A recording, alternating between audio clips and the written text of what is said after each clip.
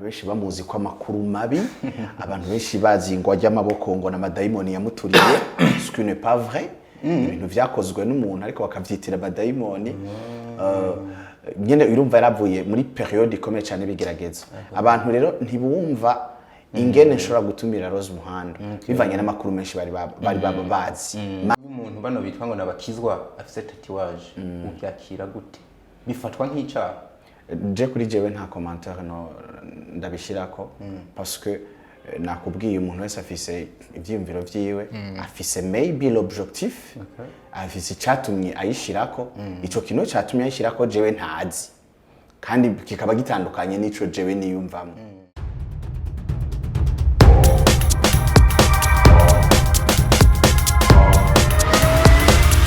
This is Flash TV. We shine to progress. Okay, tubaramutse kandi bakunze ba Fresh TV 257 aho muherere hose twizera yuko mumeze neza. This is the Fresh TV 257 mbona kandi babwira je nitwa Ndikuri Leonce de San behind the camera habari umuhungu wanyu the best. Aho umuntu muri ko murabona imbere yanyu ubona yuko yaje aberewe cyane ku rugero rukomeye yabanaye hano waberewe kabisa. Merci beaucoup. Banumva no bivuga guhera hasi kirato. Kirato wajita gute? Ni kirato just ni kirato nk'ibindi.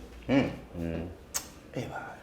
ibintu bya bling isirikare ki sabas uziko je senda kumenyere cyane muri izo nyambaro akunda kubona udushati karuvati ki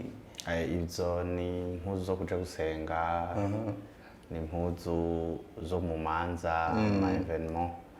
ariko mu buzima busanzwe nkuno musi urabona yuko turi hagati mu ndwi hari impuzu umuntu yambara hagati mu ndwi nuvuga ko niteka ridasanzwe kukwakira muri Fresh TV umuntu twifuje kenshi yuko twakorana tuzi neza yuko afise byinshi ayagira abantu hari n'abantu bakomeje kwandikira mu commentaire ngo tuze tukuzana. Merci beaucoup rero murabona ko naje ndi kuri Flash TV 257 ndumugisha udasanzwe nivyo twari tumaze igihe tuvyifuza twifuza gukora ikiganiro bitakunda ariko umwanya w'Imana niwo mwiza. Today we are here muri Flash TV 257 mboni ni sabasi nibaze kutuja kuyaga mu buryo bubiri. Sabasi abantu benshi bakuzi nk'umukinyi wa filme ariko sinibaza kuri nabo benshi ariko kandi kundi ruhande bakuzi nk'umuririmbyi w'indirimbo ndoramana canke ivyo bita gospel mu rundi rurimi. Nibaza yuko ivyo bintu bibiri unkunde tuze mu kiganiro tuzakora tuze turabifatikanya. Nta kibazo hari nca gatatu. Sabasi n'umunyamideli n'umustilist ico rero nukuvuga nta nije nambitswe na Sabasi style sije niyambitse nambitswe na Sabasi style ico rero naciye bagi Sabasi style yubawe kabisa n'imbere yambika abantu nk'uko mani munara munyambike nanje karibu cyane oya muzotangira kwambika best mu cameraman wanje niwe yitegura kugira mariage atari kera cyane muzamwambika kuri marriage kimwe gusa rero abantu bakwiye kumenya nuko Sabasi style hatarimo impuzu za mariage gusa ahubwo nizo muri Sabasi style.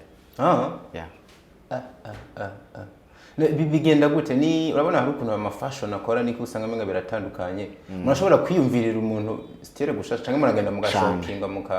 mukamugurisha ko mu byo dukora cyane no kwiyumvirira abantu style ariko impuzu z'ama création canke izo zirimo creativity nyinshi utusanga tuzikoresha ku bantu b'abaririmbyi tukazikoresha cyane no mu ivyo bintu by'imanza kuko ari gihe umuntu akubwira yuko ishusho y'urubanza rwe yifuza ashaka ikintu gitandukanye nibi warumweretse ukacumubwira yuko birashoboka yuko ushobora gucrea ukinova ikindi kintu gishasha kiza kuza kibaciza mu rubanza rwiwe. Hanyuma mu byerekeranye n'abaririmbyi ho iyo twambitse abaririmbyi baba gospel canke baba profane urumva ho biba bisaba yuko haba mu creativity nyinshi no kuvuga ngo ikintu umuntu tuduha abantu selo ivyo bashaka ariko hari igihe ushobora kuvuga ati ndashaka nanje training ndashaka ipantaloni nico hejuru zisanzwe zo kwambara atari z'urubanza nko gusohoka bisanzwe zo hagati mu ndwi mwico gihe urumva yuko bica biba ari ibintu bitandukanye. Ivyo byambere mbese abaye nk'iyo abantu bakubanya wambaye nk'uko cyane cyane nk'umuntu ari muri monde ya gospel anafatwa nk'umukozi w'Imana, ubu ubona bavyakira gute? Nta critique rimwe rimwe ukamenga habayemo kwishushanya? Non, je nibaze ko question ya critique nta kintu na kimwe umuntu yokora kugira ngo ntibamu critique. Kuko abarinze bakritika Yesu umwana w'Imana nzima bakamukritika Yesu nawe ari Imana, abantu nyene niko bameze, ariko ivyo ndabitahura ni unité dans la diversité. Rero ico nico kiba bakwiye kumenya ko gikenewe.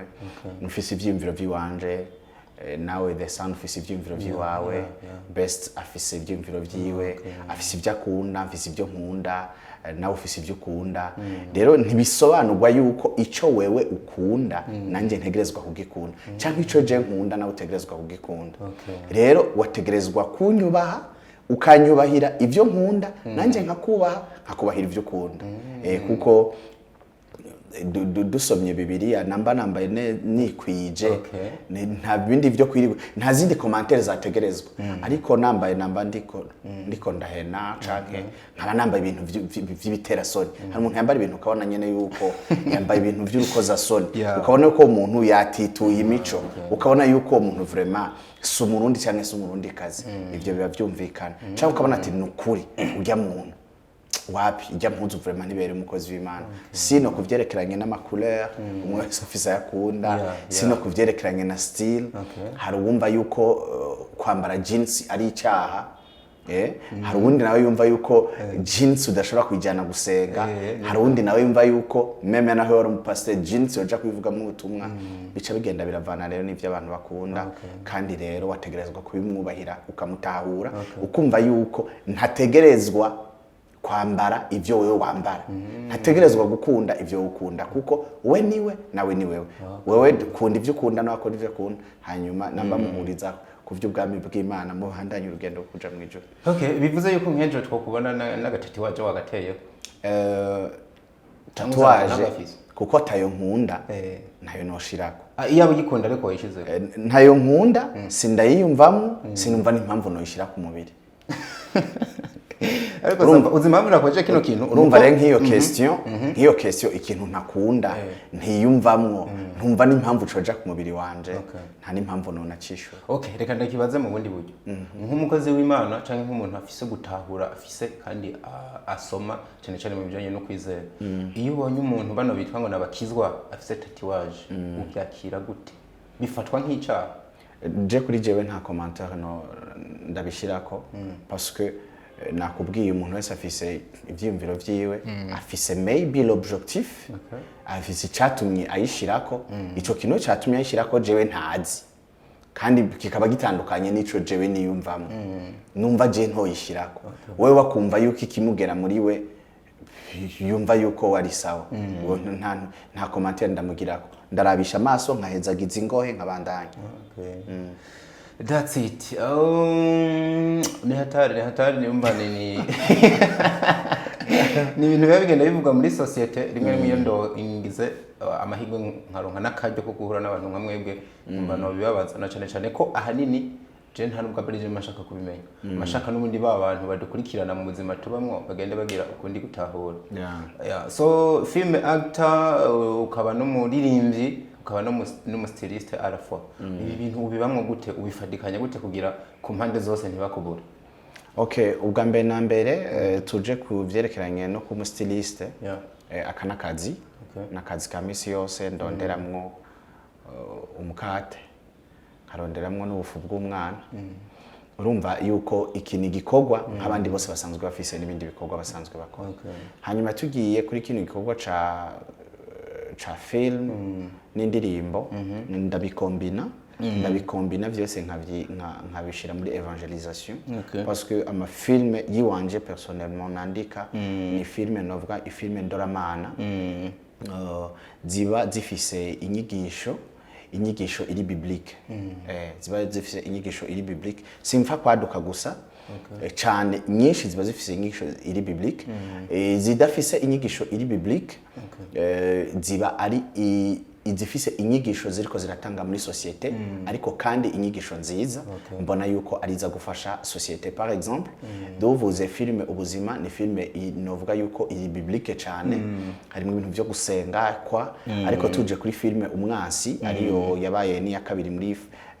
muri festival yego ngera sana nibyo twarukana kandi nyene muri festival utwara ibihembo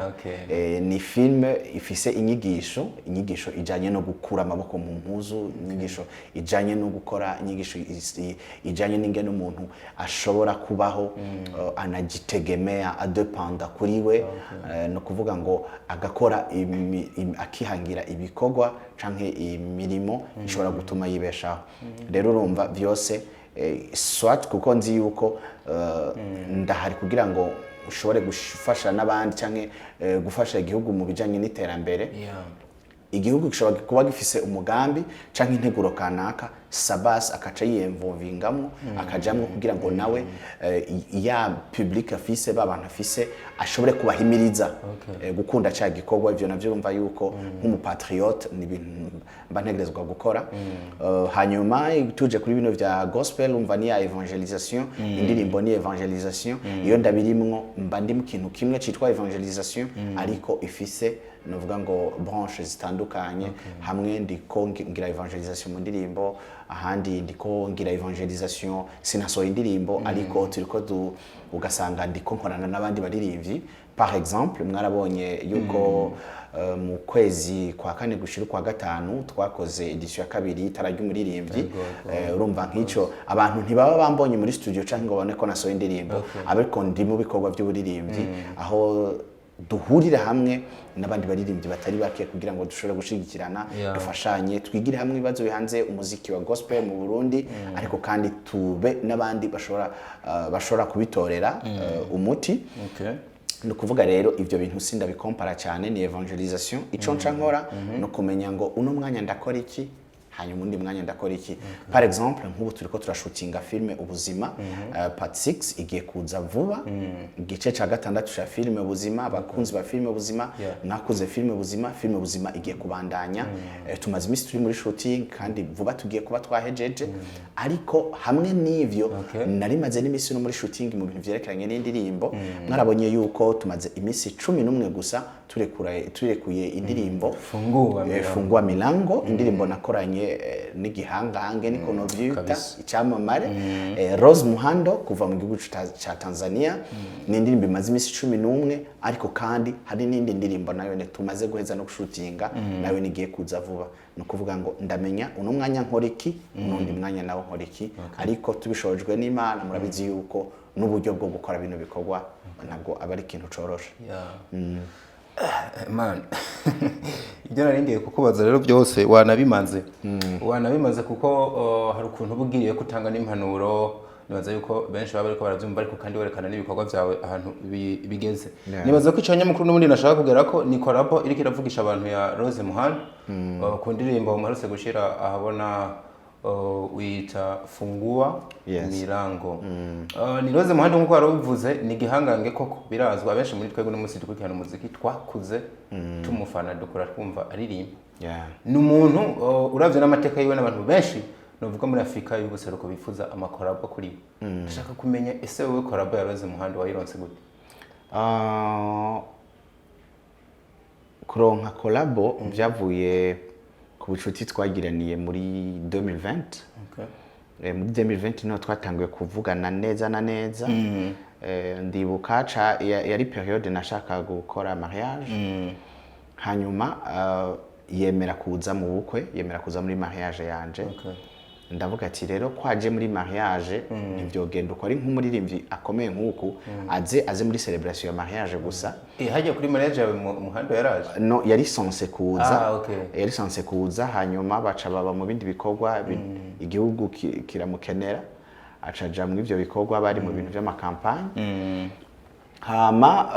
aravuga ndamubwira ati ko nari namaze gutangaza kuzoza nubwo utazoza muri mariage ifo yo kugira kuko ubwa mbere akiza muri mariage nambwiye ati après mariage ndifuza yuko vino dukoze igikorwa hakaba concert abantu baribuka concert abereye ku kazuba turi kumwe na Harvesters Ministry rero ubucuti buca buheraho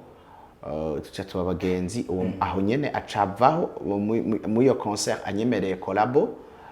ndetse acagenda tunakoze audio gusa biratebana audio yari yarakozwe kile audio yari yarakozwe muri 2020 rero bica biratebagana gatoyi bivanye n'amaprograma yiwe ariko Imana ikiramutugarukanira mino itara ry'umuririmbyi edition ya kabiri yabaye muri no mwaka wa 2022 urumva tuca turaprofita kugenda dukoze audio video plutôt ariko tunakoze nindi audio y'indirimbo novuga yahuje abaririmbyi benshi collabo y'abaririmbyi benshi batandukanye ariko ntirasohoka ayo ntirasohoka ariko Sabani bikunze kuboneka n'ubundi kenshi Rose Muhandi yaje mu Burundi no dukunda kubona wa makiri ese kuminga hari ubundi bucuti budasanzwe bwihariye buri hagati yawe nawe nkuko nababwiye twagiraniye ubwo bucuti bukomeye kuva aho muri 2020 hanyuma yaravuye mu gihe kitoroshe murabizi igihe yari yavuzwe ko ibintu byinshi yari yabeshewe ibintu byinshi abantu benshi bamuzi ko amakuru mabi abantu benshi bazi ngo ajya amaboko ngo na madayimoni yamuturiye ce qui n'est pas vrai ibintu vyakozwe n'umuntu ariko bakavyitira madayimoni nyene urumva yaravuye muri periode ikomeye cyane bigeragezo abantu rero ntibumva ingene nshobora gutumira Rose Muhando bivanye n'amakuru menshi bari bazi mabi bivanye nyine urumva n'abantu bari bihaye ihangiro ryo kumwononera izina mu nyuma tumaze gukorana narakunze umutima wiwe narakunze façon abana n'abantu n'umuntu akomeye cyane ariko we atabyibonako muri kumwe n'umuntu ari simple cyane mu nyuma turamutumira mu bindi bikorwa inyuma y'ivyo bindi bikorwa abantu benshi kwera bari bamaze kubona ko mfise connection yiwe baca bagenda banshaka bavuga ati dutumire Rose Muhando niyo mpamvu rero nawe aca nezerwa no kubona twamubereye umugisha kuva ico gihe tumutumiye yuko imiryango yiwe myinshi yace yuguruka haba mu Burundi haba n'ahandi par exemple igihe yaherukino mu kwezi kwa kane gushira kwa gatanu mu itara ry'umuririmbyi ubu niho yaragisubira muhira iwabo naho ne hamaze nka 4 jours acagaruka igitega yavuye igitega ubu ari muri Tanzania ariko apani namuhiriwe hano hafi kuko inondwe nyene ariko aragaruka ni Bujumbura mu gikorana kizobera hajya kuri kizobera hajya ku kibuga mu Kinama urumva twama turi kumwe twaba turiko turagira birumvikana kabisa mubonana kenshi mu Burundi birumvikana yuko yanahakunze kandi hari ukuntu Rose Muhando nyene ari no yisanzura nko muhira cyane so nuze fungwa milango rero uriko araba feedback bimeze gute fungwa milango ndiko ndaraba feedback ni nziza cyane mbone n'akaryo keza ko gushimira abantu bose bariko bagenda badushigikira bakurikirana ibikorwa byacu by'abafilme canke indirimbo uno musi naravye ikwije imisi 11 iri muri 72000 720 ntabwo ari ikintu coroshe surtout hano mu Burundi murabizi na cyane tuje muri industry ya music na cyane kandi muri gospel ntibiba byoroshe ni ibintu bidasanzwe byo gushima uhoraho no gushimira bano bantu bacu beza badushigikira hari abantu banezera cyane ushobora kuza yagize commentaire muri kuri YouTube akavuga ati umviriza turahaguruka dusidukanye niyonka kugira ngo ino ndirimbo tuyipartage kino gikorwa tugipartage kigere kure ukumva umutima urakozwe ko no kubona hari abandi barundi ushobora gukora igikorwa bakarazwa ishinga no kubona ko cogera kure n'umugisha udasanzwe haba mu vya filme nuko haba mu vy'indirimbo nuko turashima novuga ngo réveil umuvyuro uhari mu bafana bacu no mu bantu bakurikirana ibikorwa vyacu haba mwebwe aba promoter aba journalist abanditsi n'abamenyesha makuru inguvu bagira iyo babonye ibikorwa vyacu kugira ngo babone yuko biriko birashobora kugera kure nukuri Imana ibahezagire rero feedback simbi ni nziza ariko twizere yuko twifuza yuko birenga hano twifuza ko birenga hano abandi urazi ko barakora ukazibona barakwije umuriyoni mu mwanya muto barakwije 500k mu mwanya mutoyi ariko natwebwe nibaza yuko bizoshika ni bukebuke bizoza ni bukebuke saba rero je birangora gutumira umuntu umuririmbye ngo agende uko novuga ko nanje ndi umwe mu bantu bariko barakunda iyo ndirimbo ya kuko nibaza kuri playlist n'ubu naje hano ndayivugije rero numva no tutuhava tukure ku rutatu ririmbya hari abantu babifuza kumva ryajwe nyene ryanyacyo ritari mu vyuma umuntu ariko araririmba turimbire nk'agakarasi gatoya kuri fungwa mirango ndakunda ay'amajambo n'amasengesho n'isengesho Dawidi nawe yakoze bivuga ngo Baba Mungu sikiliza dua zangu usikilize maombi yangu unijibu kwa uaminifu wako unisaidie kwa wema wako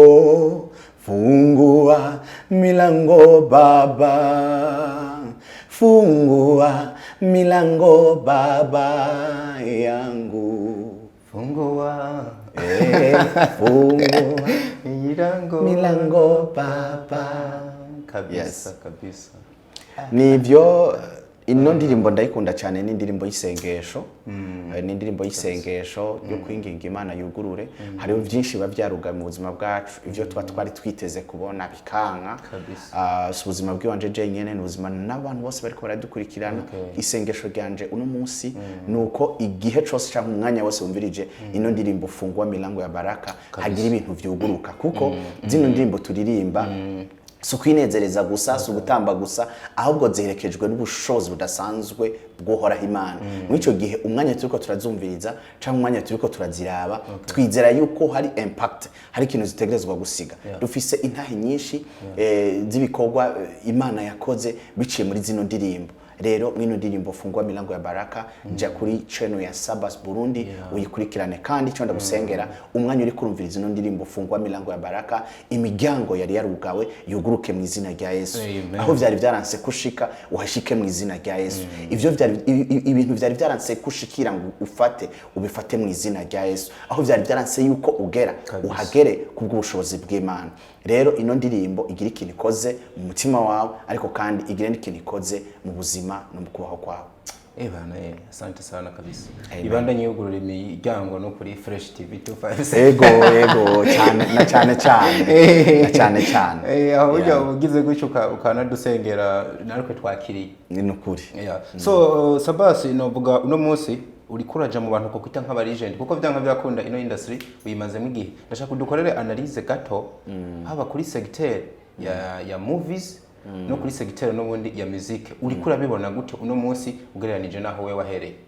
canke naho washitse bigeze ngereranije naho nahereye canke aho nashitse ibintu biri naho biri uno munsi ubwa mbere na mbere hari ibintu byinshi byagiye bihinduka twebwe tugitangura kuririmba indirimbo zacu zaratwinjiriza amafaranga ati zatwinjiriza amafaranga gute twarasohora ama CD ama DVD hanyuma igihe cyose dutumiwe gikorane uratumirwa nko mu gikorane ufise nk'indirimbo zikunzwe ugasanga uratahanye basi naka 200,000 ku mufuko uratanya ga 300,000 ku mufuko iyo watumiwe mu gikorane kinini uratanye pourquoi pas umuriyoni amafaranga avuye mu ma CD yonyene je ndibuka hari bikorane binini nahora ntumigwamwo ama CD yanje agahera abantu bakariha amafaranga bambwira ati ejo uzituzane urumva mwico gihe byaratworohera cyane ariko pour le moment nta soko y'ama CD n'ama-DVD none sava ukiri ngaho umbabarire sindaguciriyemo nubwo mbadana guciriyemo kubera ko kantu barakaduhenze je niko ndabifata munagubwiye ngo sindaguciriyemo nubundi akaba yaguciriyemo agacapo kurumva bayanagukubye so kucumenga nimba ndiko ndumva hano ushaka kugera kumenga umuziki hagutera imbere wasubiye inyuma oya ntiwasubiye inyuma nibyo ndiko ndavuga twari dufise uburyo twagurisha canke twerekana ibikorwa byacu n'uburyo turiko turabikora no munsi niyo ndiko ndaja uno munsi indirimbo turazikora biragoye kwira tugurisha ama CD nta bikihari indirimbo turazikora zikaja kuri YouTube ikintu turiko turaganya pour le moment turiko ubutumwa turiko turatanga buriko bushikira abantu benshi butigeze bushikira ya myaka umva ko bwa mbere wahereza umuntu ukamuha agasede ariko ubu umuntu ari muri Amerika araturaba uri muri Australia uri muri Asia uri muri Europe ugasanga ndetse dufiseyo n'abantu benshi bakurikirana zaba filme zaba n'indirimbo urumva n'umugisha tout d'abord ico dukora tuba twashatse ko kigera kure kiba kiriko kiragera kure en plus umugisha ukomeye burya n'abantu abantu bararuta amafaranga kenshi ntuzutakaza umuntu kubw'amafaranga kuko amafaranga umurundi yayise amahera nayo bisigura ngo arahera ariko uwo muntu Imana yaguhaye ejo ashobora kukuberamwo umugisha cyangwa ikintu ariko wa mugabo w'amafaranga nayo arakenewe burya nk'ubu ntari kuza waberewe nk'uko atamahera amafaranga arakenewe ariko nayo sinari kuyaronka iyo ntaronka abantu kuko tout d'abord uri kurambwira ko naberewe kubera amafaranga ariko sinaberewe kubera amafaranga ahubwo naberewe kubera abantu none abo bantu ariko mwaramenyanye mugabo mumenyana nk'inzira iza kuguha amafaranga erega abo bantu nibo bampaye amafaranga iyo ntaronka abantu sinaronka amafaranga atabantu ufise nta mafaranga uronka wewe kugavuga ati reka hatangura abantu hama amafaranga kuri kiri abantu bararuta amafaranga kure niyo kure niyo mpamvu usanga abantu turatakaza ubuntu kubw'amafaranga umuntu gasanga ariko yikomporta nk'igikoko kubera iki kubera inda akemera guhemuka akemera guhumukira abantu kubera amafaranga ariko ayo mafaranga ejo ugasanga nubundi yaheze still babana arabakeneye rero abantu turabakeneye cyane kurusha nuko dukeneye amafaranga kuko ufise n'abantu n'amafaranga ubu yafise nka jewe tuvuze ngo naberewe kubera hari abakiriya naronse bampa amafaranga bampaye yatumye nja kugura iyindi mpuzu ndambara ndabera urazi rero impamvu nari nakubwiye uko nari nibajije ngo havuga ko ufise abantu nubwo amafaranga utoyaronka ataco bitwaye erega ubafise ntayubura Imana yaguhaye abantu n'amafaranga yawe yabura gute none reka ndakubaza none naho no musi noba nakenye nkabura 5000 tukaca duhura na Diko kubera Diko turabagenzi nakubwira ati burya Jesse mfisa ya bus burya ntababonetse kabisa sinoreka kuyagwanje ariko mu gihe noba nayabuze nawe nkakubura sinobatora mwibarabara that's it sinobatora mwibarabara yes rero no kuvuga ngo umugisha ukomeye n'abantu rero Imana yaduhaye abantu imaze kuduha abantu n'ibintu bica bidukurikira ahari abantu ibintu biribwiriza ibintu bica byitegeka so aho ni ku ruhande rwa music ni ku ruhande rwa music tuje kuri question ya film yoyo turabona yuko iriko igera ku muvuduko je ntayisanzeko umuvuduko ntayisanzeko ibi bintu biraboneka ko abantu bariko barijukira cyane gukurikirana filme zacu ndetse aho dusanga no mu ma commentaire batubwira ati muradutabaye muradukijije aba Nigeria muradukijije in Tanzania muradukijije ukabona yuko abarundi bari fier no kubona yuko abanyempano bashobora gushikiriza ubutumwa biciye muri filme bahari urumva ni ikintu gikomeye turavye ahantu twavuye no twageze ibintu novuga ngo bitera biryoha ariko kandi ntiducike intege canke ngo twicare tubone umenga twarashitse kuko iyo umuntu atangwe ko umengo yarahejeje umengo yarashitse niyo ntango yiwe yo kunanirwa rero ahubwo tumenye yuko ariho hageze yuko dukorana umwete tugakorana ingufu haba muri question y'indirimbo tugakorera mu bumwe niyo mpamvu je niyumvira ikintu citwa itara ry'umuririmbyi novuga ngo ni nk'ihuriro rikoba ihuriro ry'abaririmbyi kugira ngo dukorere hamwe dushira ingufu zacu hamwe kuko twese hamwe birashoboka mu vyerekeranye na filme nyene nico kimwe murabona yuko nkaje muri filme nkora urabona haza abantu benshi batandukanye muri filme novuga ngo za support zabo za ngufu zacu turiko dushira hamwe ziriko zituma l'image y'igihugu l'image ya filme mu Burundi l'image y'umukinyi igenda ikura ariko kandi ntitwijajare ubu ni umwanya wo gukora si umwanya wo kubona umenga twabaye abastar twabaye rurangiranwa mengo turafise ibintu twakoze hari igihe umuntu akora akantu akagirirwa ubuntu kakaronka view akaca atangura avuga ngo natwitse no ntacyo turakora ntidutangure kugaragara turacafise impamvu nyinshi yo gukora no kurondera amafaranga cyane uvuze ku kantu kitwa ubumwe ikintu kitwa ubumwe uri kuraraba muri movies industry uri kurakabonamo cyane kuri Paris wanje oui sinzi kuri navuze kuri industry muri rusange kuri industry jewe ncamfatira kuvyo mbona kuko hari ha amaso yanje ashika hariho na aho wundi ashika hari ico novuga umuntu akaca ntera amabuye atawapi ivyo bintu ukavuga sivyo ariko ndavuga reka mvuge mfatiye ku migenderanire mfitaniye n'abandi ku migenderanire mfitaniye n'abandi ubumwe burimwo kuko nta muntu nditura ngo areke kunyumviriza nta nuranyitura ngo ndeke kumwumviriza ico rero no kuvuga ngo ubumwe tumenya gute ko buhari ni gihe tuburondeye tukaburonka rero jiwe naburondeye nkaburondera kwa Desan nkaburondera kwa Naka nkaburonka mwico gihe mu maso yanje mbona buhari ariko Naka nubwo yobugura ntibituma wewe uvuga yuko atabuhari birashobora kuvana ni tout d'abord hari ikintu dukwiye iyo turiko turavuga ubumwe twirinde amacakubiri mvuze amacakubiri afatiye ndashobora no kumwishigikiza nkashika kure urumva navuga ati nakarashoboye turashobora gushigikirana za nguvu ziwawe n'iziwanje tukazishiramwe tukazanga tukakoze ikintu gikomeye rero nta raison nimwe tufise yo kuvuga yuko atabumwe buhari kuko turabona ko abarundi bagerageza gufashanya barashigikirana mu bishoboka hakaba harimo abafitaniye utubazo tumwe n'utundi n'utubazo natwo bashobora kwicarira bakaganira kuko kuri gushirira mu kuyaga mbese aba mu Burundi niwe mukinyi wa film ukunda umwe uvuga ati kabiso na mukubali umukinyi nkunda je ndabakunda bose uwo wemera base ndabemera bose sinzi ko ejo wabonye kuri status yanje nayo narazi status yanje nkejo nanashize ko Ahmed numva ndamukumbuye okay nakabonye kwa Ahmed avuga ngo yes yari posting ibyo wari wavuze ego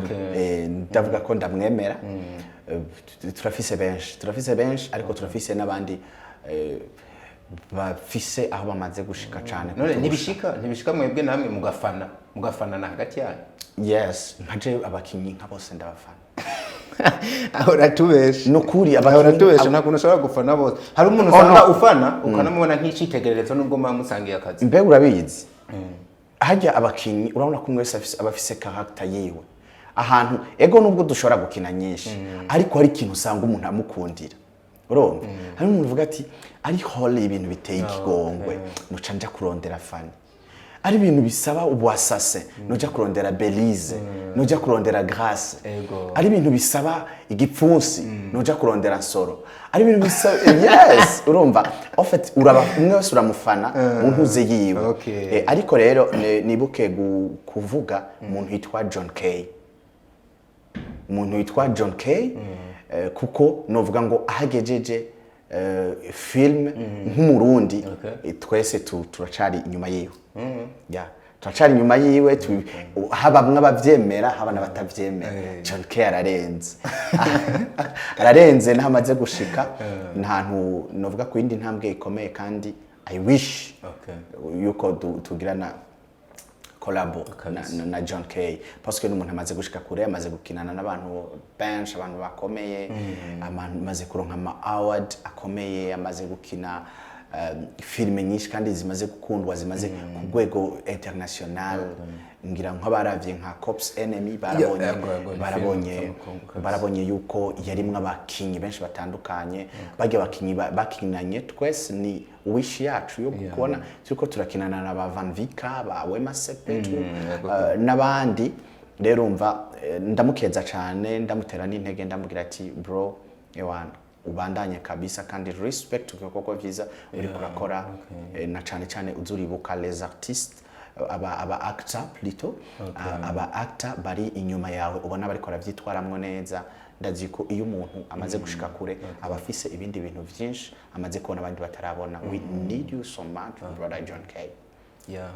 thank you nibaze kubona ubutumwa uzomushikira byanka byakundana n'umuntu n'umuntu yicara akaraba ibiganiro nk'ibi by'ubwenge biba biriko birakorwa saba mu kurangiza ni nk'ikihe kintu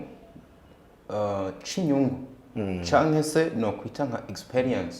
arafwa mu miso maze mu muziki canke no muri filme wowe umaze kuronka uvuga ati ndagifatiye ko none ashishikariza n'abatoya banje gukora bino bintu jewe kuva ntangura nta musi numwe ndicuza tout d'abord abantu benshi baridoga yuko mu ndirimbo na cyane za gospel atakintu na kimwe kirimwo babona yuko umengo uri kuratakaza amafaranga cyangwa uri kuratakaza umwanya ariko bivana naho wahagurukiye. Mu guhaguruka wahagurutse urondera iki, wahagurutse ushaka iki,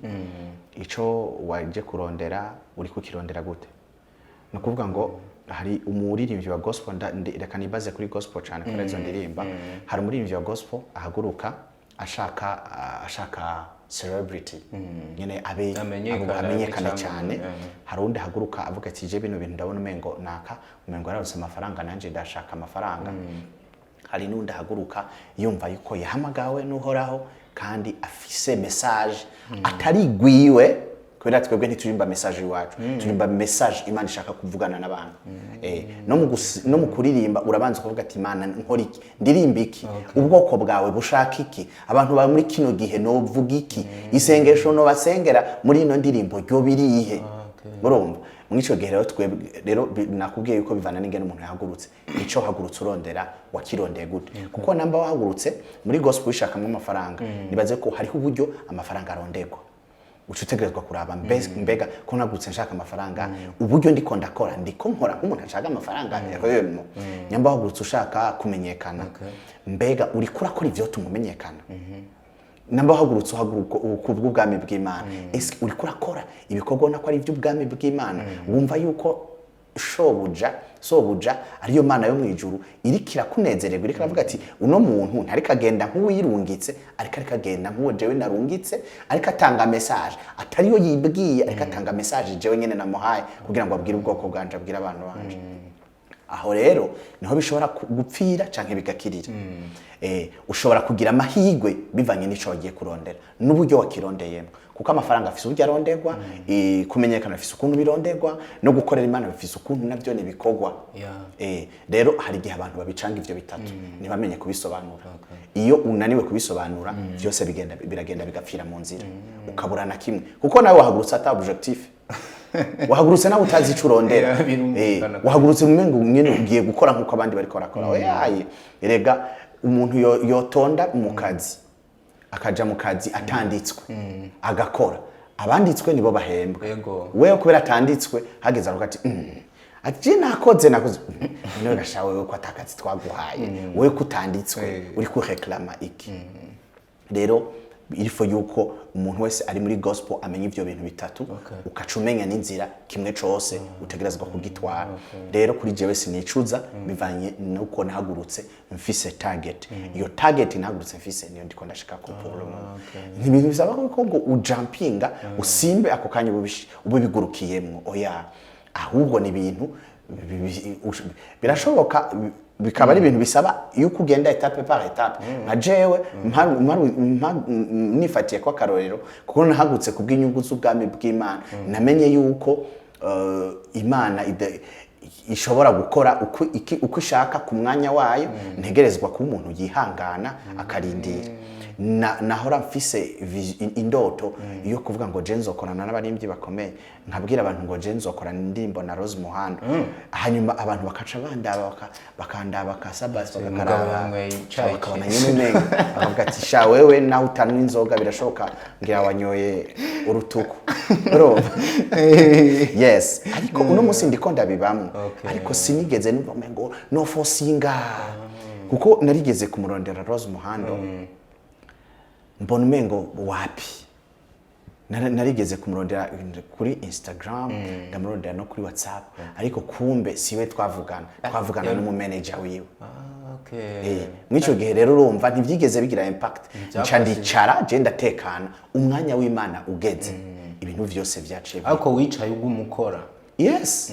Naricaye ndihangana, ariko nubundi ndabandanya ngo hariho byinshi biri mu ndoto zanje nubu ntarashikira. Sinuvuga ngo Sabase rashitse aho yipfuza kugera, sindahashika no kuri. Urugendo rwanje rwacari runini, rwacari rurerure bivanye niyo jewe mbona nifuza gushika. Ariko naho sinigera ncika intege, kandi sintegerezwa gushiramwo forcing. Nzenga Imana umwanya ku mwanya, ikintu cose umwanya wacu ugeze nkabona Imana yagikoze. Rero ico no babwira ntibacika intege, ni inzira nyabagendwa, ariko wahagurutse gute. Objectif yawe ni yihe, uriko wifuza kwishika ko mu nzira yihe. Ni ibintu utegerezwa gufata nkama, kuko kimwe cose nababwiye ko kirafise ukuntu kirondera. Reka duhereze muri film. Hoho ni kihe kintu umaze kunguka? muri filme ikintu maze kunguka cyane nababwiye yuko filme zanje harimo gospel cyane rero zimaze kuvuga ubutumwa zibigira ubutumwa abantu benshi abantu benshi bumvira ko Sabas ari umupasteur bivanye na filme na kinye ivyo byatumye hari abantu benshi baza kuri Kristo bivanye bamwe bakantelefona bamwe barihana abandi bakira Yesu nk'umwami n'umukiza abandi bari bararambiwe n'urugendo gukorera Imana barusubiramwo gushika n'ubu ngo manakira amatelefone marabo nsengera marabo ngira gute kandi cyo ni kimwe mu bikorwa nahamagariwe urumva yuko filme nayo yampaye umugisha udasanzwe kandi rero nibaza yuko bizogenda biba byiza kuruta en plus na nkunda kugira abantu ngo ntituriho ku bwacu turiho ku bw'abandi no kuvuga ngo ejo ni wapfa abantu bazokwibukira kuki ubwo nturi wa undi bazoja guhamba bakavuga ati muraraba neza ntava azuka kubera ntava azuka subira duhitane rero tubaye ku bw'abandi iyo turiko turaba umuntu agira contribution nko ku gihugu ugafasha kwigisha kuko iyo ucama gifise imigambi projet baba baravuze ati igihe kinaka tugomba gushikako mu gushika muri izo projet harimo kwigisha abanyagihugu muri uko kwigisha abanyagihugu iyo jewe nk'umwene gihugu mpagurutse nkaba nshobora gufasha abandi bantu filme umwansi yari n'inyigisho ijanye no gukura amaboko mpuzu no gukora bimaze kurabwa n'ibihumbi hafi ibihumbi 100 nambari filme yanditse mu Kirundi bisigura ko benshi bayiravye n'abarundi n'abarundi kazi mwico gihe urumva yuko Sabas ari karagira mu maro no ku gihugu kuko arafise contribution ari karagira rero nk'umupatriote nk'umuntu akunda igihugu ciwe nk'umuntu numva yuko ukubaho kwanje muri kino gihugu ari umundi muntu ategerezwa ku beneficia ategerezwa kugira kunguko kugira ibintu aronse biciye muri bwa bwenge Imana ashize muri jewe biciye muri ya mpani Imana ashize muri jewe urumva yuko mba ndiko nunguka byinshi kuko ndiko nkora canke ndiko mbaho ico nagenewe kuba rero n'umugisha udasanzwe hanyuma n'ibindi navyo bigenda biraza bientôt tuzoronderwa n'amabank bientôt tuzoronderwa n'amasosiyete atandukanye bientôt tuzoronderwa n'igihugu meme bivanye n'iki impact babonye dufise muri population bavuga ati uno muntu yodufasha ukumvisha abantu no mugambi uno muntu yodufasha muri publicité y'ikintu kanaka no kuvuga ngo ibyiza biri imbere niyo mpamvu dukorana umwete tuvuga ngo ejo ni heza Ebana musaza tugushimira cyane kuba watwitavye murakoze cyane yari Sabas inkuru nziza murabe filme yiwe ubuzima nayo ni yes ubuzima ni rwanje kuri Sabas Burundi barabe umwansi nayo ni filme ikirabikora hanze ariko kandi murabe n'indirimbo yiwe ikirabica bigacika fungwa mirango twanayipininze ngaho hasi kuri Fresh TV asante sana thank you so much.